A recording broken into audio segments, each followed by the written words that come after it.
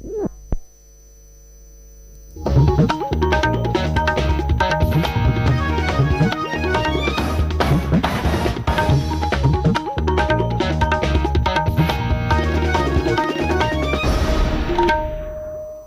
আকাশবাণী গুৱাহাটী পৌৰাঞ্চলিক বাতৰি পঢ়িছে উৎপল কুমাৰ দাসে।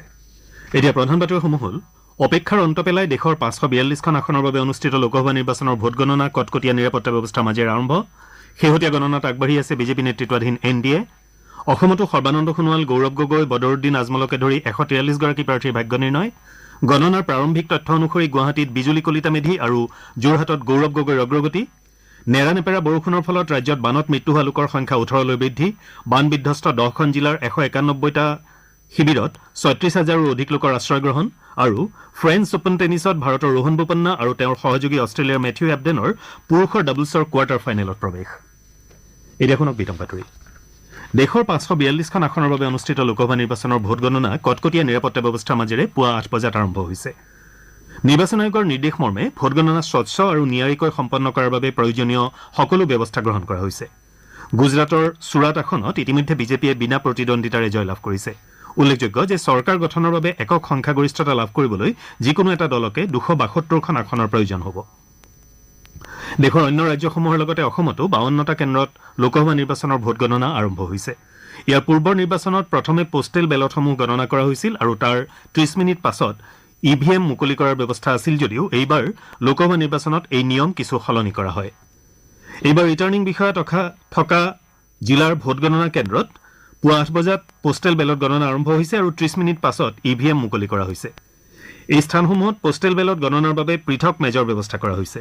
আনহাতে বাকী জিলাসমূহত পোষ্টেল বেলট গণনা কৰা নহয়। অসমৰ লগতে ত্ৰিপুৰাৰ পশ্চিম লোকসভা নিৰ্বাচনৰ 7টা কেন্দ্ৰত ভোটগণনা আৰম্ভ হৈছে আৰু 6ৰ পৰা 10টা ৰাউণ্ডৰ ভিতৰত এই প্ৰক্ৰিয়া সম্পন্ন হ'ব। মণিপুৰতো ইনাৰ আৰু আউটাৰ লোকসভা সমষ্টি দুটাৰ ভোটগণনাৰ বাবে 24টা কেন্দ্ৰত ভোটগণনা আৰম্ভ হৈছে।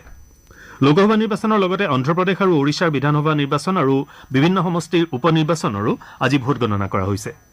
শেহতীয়া গণনা অনুযায়ী বিজেপি 42খন আসনত আগবাঢ়ি আছে। ইয়াৰ বিপৰীতে কংগ্ৰেছে 17খন আসনত অগ্ৰগতি লাভ কৰিছে। অৰুণাচল পশ্চিম সমষ্টিত কেন্দ্ৰীয় মন্ত্ৰী কিৰেণ ৰিজিজু প্ৰতিপক্ষতকৈ 2000ৰো অধিক ভোটত আগবাঢ়ি আছে। মধ্যপ্ৰদেশত বিজেপি প্ৰাৰ্থী জ্যোতিৰাদিত্য সিন্ধিয়া আৰু হিমাচল প্ৰদেশৰ মণ্ডিত বিজেপি প্ৰাৰ্থী কংগনা ৰাণাৱতে অগ্ৰগতি লাভ কৰিছে। গুজৰাটৰ পোৰবন্দৰত কেন্দ্ৰীয় মন্ত্ৰী ডঃ মনসুখ মাণ্ডাভিয়া 12,000ৰো অধিক ভোটত আগবাঢ়ি আছে। ত্ৰিপুৰা পশ্চিম সমষ্টিত বিজেপি প্ৰাৰ্থী বিপ্লৱ কুমাৰ দেৱ আগবাঢ়ি আছে। লোকসভা নিৰ্বাচনৰ আজি ফলাফল ঘোষণা হ'বলগীয়া সমষ্টিসমূহৰ ভিতৰত অসমৰো 14টা সমষ্টিত মুঠ 143গৰাকী প্ৰাৰ্থীৰ ভাগ্য নিৰ্ণয় হ'ব। ৰাজ্যত 3টা পৰ্যায়ত হোৱা এই নিৰ্বাচনত নৱগঠিত কাজিৰঙা সমষ্টিত বিজেপিৰ হৈ ৰাজ্যসভাৰ সাংসদ কামাখ্যা প্ৰসাদ তাছাই আৰু কংগ্ৰেছৰ হৈ ৰজলীনা তিৰ্কীয়ে প্ৰতিদ্বন্দ্বিতা আগবঢ়াইছে।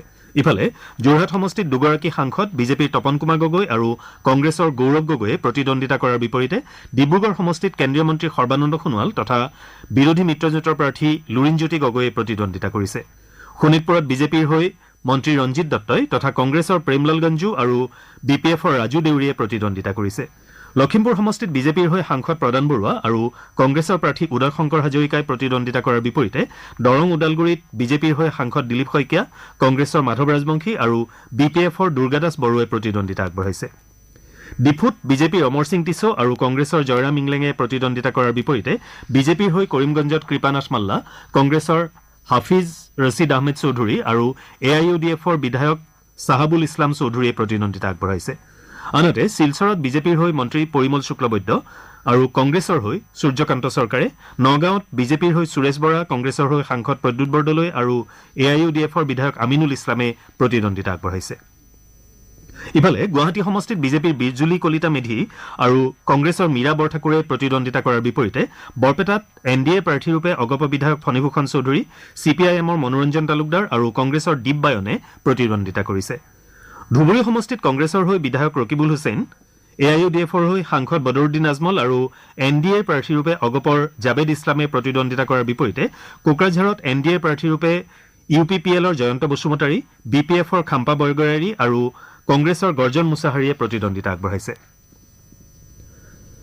দেশৰ আন আন ৰাজ্যৰ লগতে অসমতো কটকটীয়া নিৰাপত্তা বেষ্টনীৰ মাজত আজি পুৱাৰে পৰা লোকসভা নিৰ্বাচনৰ ভোটগণনাৰ প্ৰক্ৰিয়া পূৰ্ণগতিত অব্যাহত আছে ৰাজ্যত স্থাপন কৰা 52টা কেন্দ্ৰত 64জন সাধাৰণ পৰ্যবেক্ষকে ভোটগণনাৰ প্ৰক্ৰিয়া পৰ্যবেক্ষণ কৰি আছে প্ৰতিটো ভোটগণনা কেন্দ্ৰতে নিৰ্বাচন আয়োগে নিয়োগ কৰা এই সাধাৰণ পৰ্যবেক্ষক তথা গণনা পৰ্যবেক্ষকসকলে যাৱতীয় ব্যৱস্থাপনাৰ সকলো দিশ সূক্ষ্মভাৱে নিৰীক্ষণ কৰি আছে গুৱাহাটীৰ মণিৰাম দেৱান ট্ৰেড চেণ্টাৰত চলি থকা গণনা প্ৰক্ৰিয়াত এইবাৰ কামৰূপ মহানগৰ নিৰ্বাচনী জিলাৰ মুঠ 1026টা ইভিএম আছে জিলাখনৰ অন্তৰ্গত 5টা বিধানসভা সমষ্টি দিছপুৰ ডিমৰীয়া নিউ গুৱাহাটী মধ্য গুৱাহাটী আৰু জালুকবাৰীৰ প্ৰতিটোৰ বাবে 14খনকৈ মুঠ 70খন মেজত ভোটগণনা কৰি থকা হৈছে তদুপৰি আন 10খন মেজত পোষ্টেল বেলট গণনাৰ দিহা কৰা হৈছে ইয়াৰে দিছপুৰ সমষ্টিত 16 ৰাউণ্ড ডিমৰীয়াত 17 ৰাউণ্ড নিউ গুৱাহাটীত 14 ৰাউণ্ড মধ্য গুৱাহাটীত 14 ৰাউণ্ড আৰু জালুকবাৰীত 15 ৰাউণ্ড গণনাৰে ভোটগণনা প্ৰক্ৰিয়া সম্পন্ন কৰা হ'ব ইফালে আজি পুৱাৰে পৰা বজালী নিৰ্বাচনী জিলাৰ ভোটগণনা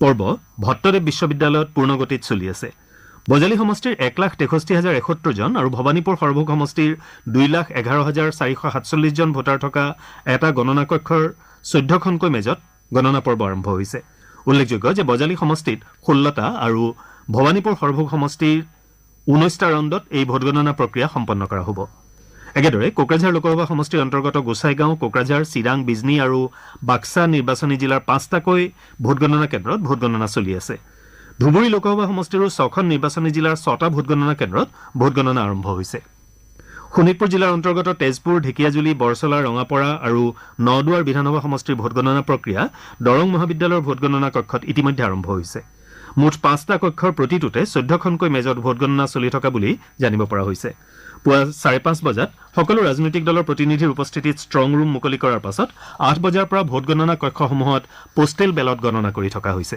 ইফালে বিশ্বনাথ গহপুৰ আৰু বিহপুৰীয়াতো পুৱা 8 বজাত ভোটগণনা আৰম্ভ হৈছে কৰিমগঞ্জ আৰু হাইলাকান্দি জিলাতো আজি পুৱা 8 বজাৰ পৰা 10খন মেজত পোষ্টেল বেলটৰ ভোটগণনা চলি আছে আনহাতে পুৱা 8:30 বজাৰ পৰা ইভিএমৰ ভোটগণনাও আৰম্ভ হোৱা বুলি জানিব পৰা হৈছে উল্লেখযোগ্য যে কৰিমগঞ্জ জিলাৰ 4টা বিধানসভা সমষ্টিৰ উত্তৰ কৰিমগঞ্জৰ বাবে 14খন মেজত 22টা ৰাউণ্ডত মুঠ 301টা ভোট কেন্দ্ৰৰ ভোটগণনা কৰা হ'ব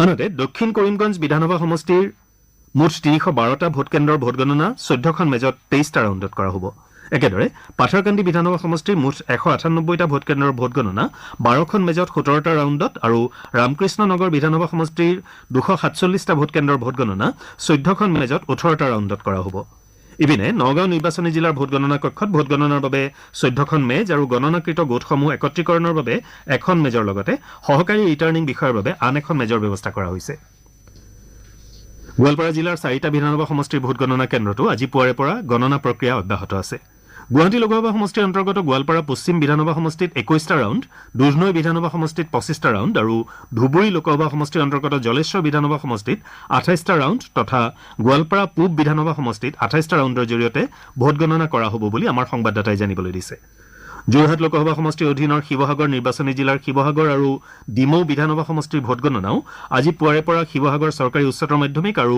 বহুমুখী বিদ্যালয়ত স্থাপন কৰা গণনা কক্ষত অব্যাহত আছে জিলাখনৰ ডিমৌৰ 212টা ভোটগ্ৰহণ কেন্দ্ৰৰ ইভিএমৰ ভোটসমূহ 16টা ৰাউণ্ডত আৰু শিৱসাগৰৰ 269টা ভোটগ্ৰহণ কেন্দ্ৰৰ ভোটসমূহ 20টা ৰাউণ্ডত গণনা কৰা হ'ব দৰং ওদালগুৰিৰ শেহতীয়া গণনা অনুসৰি কংগ্ৰেছ প্ৰাৰ্থী মাধৱ ৰাজবংশী 8,000ৰো অধিক ভোটত আগবাঢ়ি আছে আনহাতে কাজিৰঙা লোকসভা সমষ্টিত বিজেপি মিত্ৰজোঁটৰ প্ৰাৰ্থী কামাখ্যা প্ৰসাদ তাছাই অগ্ৰগতি লাভ কৰিছে